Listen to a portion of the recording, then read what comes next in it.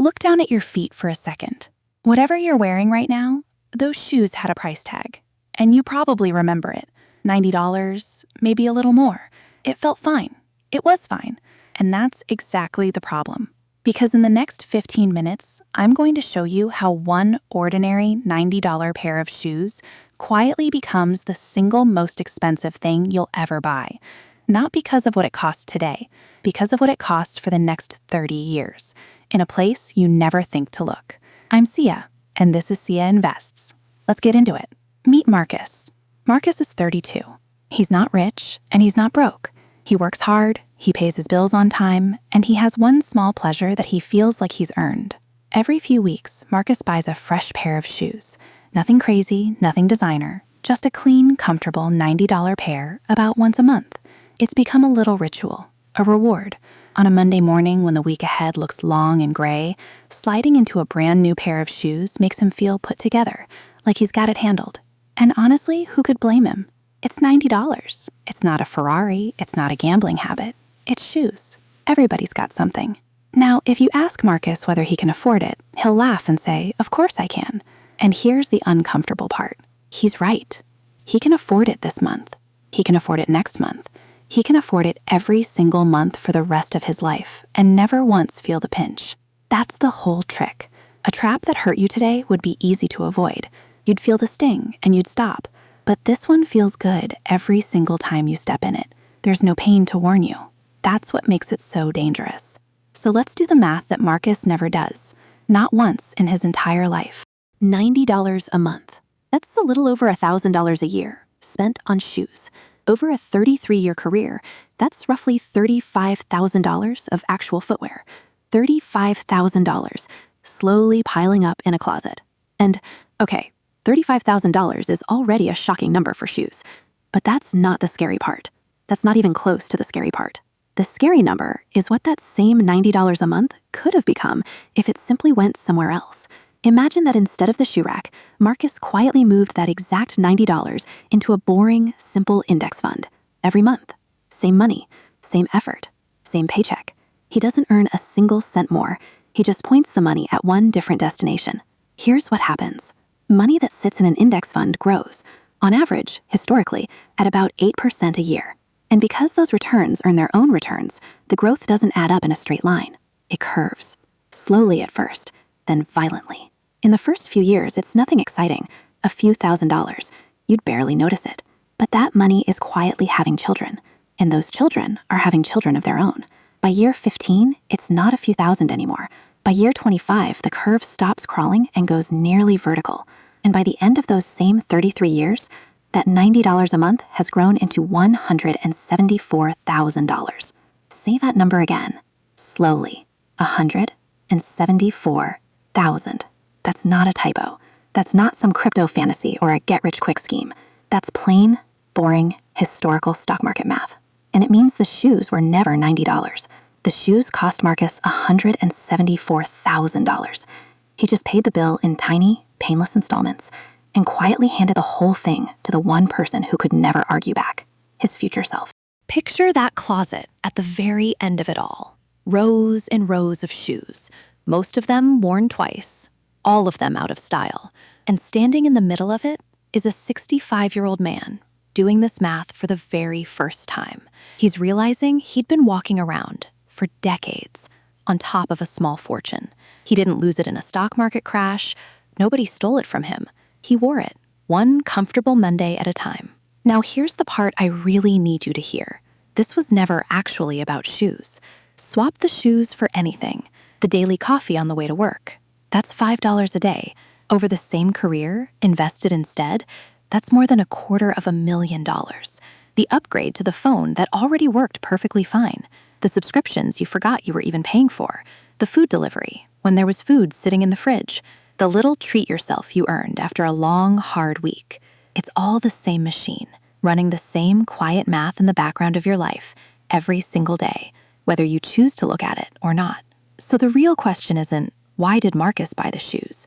The real question is this: why is this so impossibly hard to see coming? Why do smart, hardworking, decent people do this for their entire lives and never notice? And the answer isn't that you're lazy or stupid or bad with money. The answer is that your brain was never built for this. Your brain is running on two ancient wires that made perfect sense 100,000 years ago and quietly wreck you today. The first wire is dopamine. Here's the thing almost nobody tells you about dopamine. That little hit of pleasure you get from buying something is strongest, not when you use the thing, but in the moment right before you buy it. The scroll, the click, the little box arriving on your doorstep.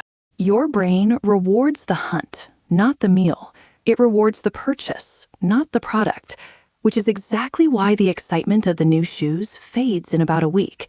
The high wears off, the shoes become just another pair, and you find yourself, without even deciding to, quietly looking for the next $90 hit. And here's the darker part. Every store, every app, every advertisement you have ever seen was engineered on purpose by very smart, very well-paid people to pull that exact trigger again and again and again. You are not weak-willed. You are up against billions of dollars of psychology, and it is aimed directly at you. The second wire is even sneakier.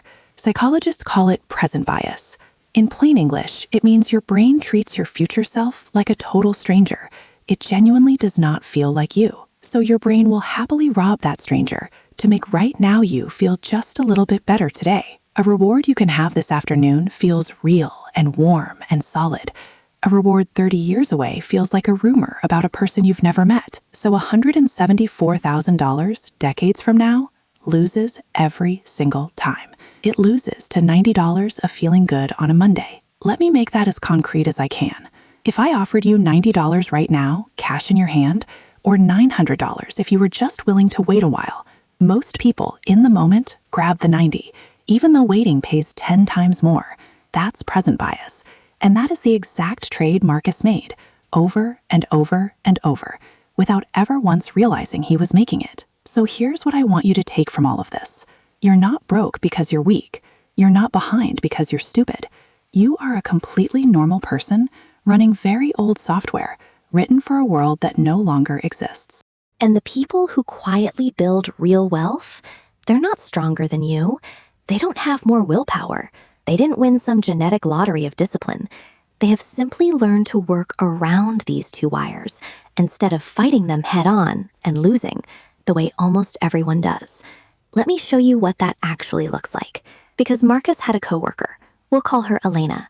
Same job, same salary, same ordinary paycheck landing on the same day. From the outside, Elena looks completely unremarkable. She drives an older car. Her phone is 2 models behind. She is not the person you'd ever point at and say, that one's going to be wealthy. And that's the whole point. Because while Marcus was buying his monthly ritual, Elena set up one boring automatic transfer, and then she forgot about it. She didn't budget harder. She didn't suffer. She just aimed her money once and let the quiet math run in her favor instead of against her. 30 years later, they've earned almost exactly the same amount of money in their entire lives. But Elena is free, and Marcus is doing panicked math in a closet. Same salary, completely different ending. The only difference was direction. Now, before I give you exactly how to become Elena, let me answer the 2 objections I can already hear you thinking, because you're thinking them right now.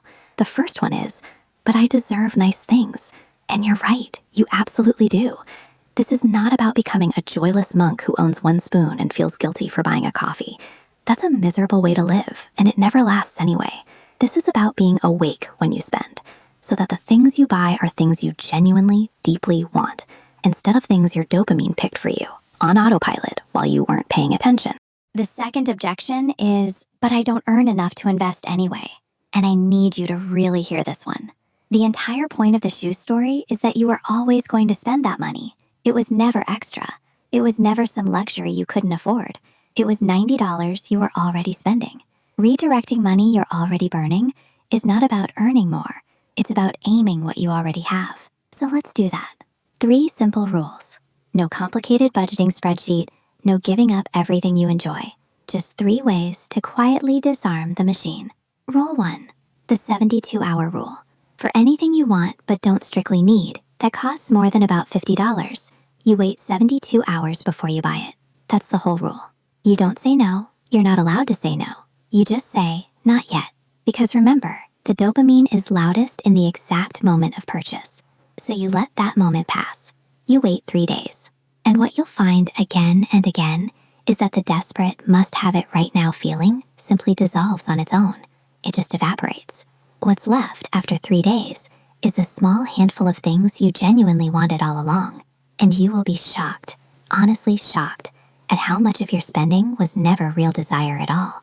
It was just chemistry, wearing the mask of a good idea. Rule 2. Pay the future price, not the sticker price. Here's a mental trick that permanently changes how the entire world looks. Over about 30 years, at 8%, every single dollar you invest turns into roughly $10. So a dollar is never really just a dollar. Every dollar you spend today is 10 future dollars that you are choosing to set on fire. So before you buy the $90 shoes, you don't ask, can I afford $90? Of course you can. You ask a much better question. Is this worth $900 of future me? And sometimes the honest answer is yes. Some things absolutely are worth it.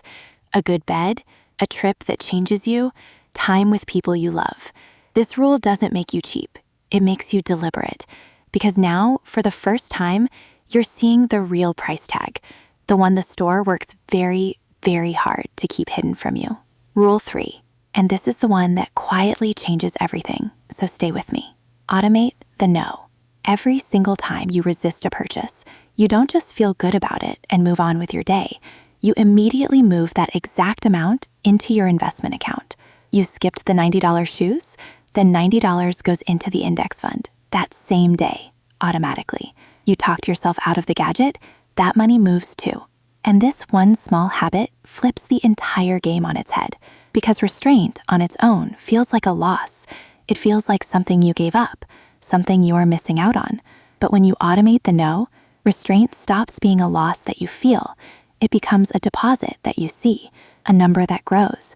You turn every not yet into a brick, and slowly, quietly, one brick at a time, you build a wall that money can no longer knock down. And that, right there, is the entire secret. You don't have to give up shoes. You don't have to live like a monk, count every penny, or feel guilty for enjoying your own life. You just have to give up one single thing, autopilot. Because the money was always going to go somewhere. That was never in question.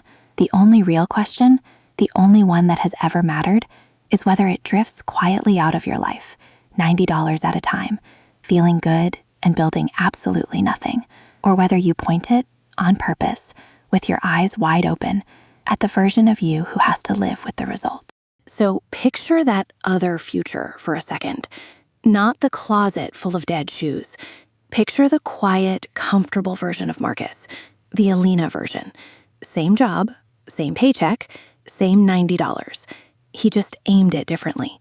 By the time he's 65, he isn't doing panicked math in a closet. He's the guy nobody would ever guess is wealthy. He drives a normal car, he wears normal shoes.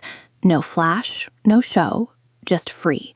Free to say no to a job he hates, free to help his kids, free to stop worrying about a number that used to keep him up at night. That's not luck. That's not a big salary. That is simply 100 small decisions made awake instead of asleep. And Marcus can still buy his shoes. That's the beautiful part. But now he knows the real price. And on the months he decides it just isn't worth $900 of future him, that $90 doesn't vanish. It compounds. Slowly, boringly, unstoppably. So here's what I want you to do this week. Just one thing, not 10, one. Go and set up a single automatic transfer. It can be tiny, $90, $50, $20 if that's where you are. The amount barely matters right now.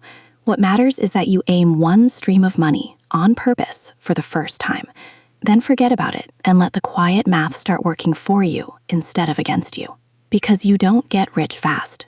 Fast is how you get got. You get rich quietly. If this rewired something in your head, do me a favor and subscribe and stick around. Because next time, I'm going to show you the exact opposite of the man in the closet. The quiet, boring millionaire that you would walk straight past on the street and never notice. And the 3 specific things they do that you can start doing this week. Look down at your feet. One more time. Same shoes, new eyes. I'll see you in the next one.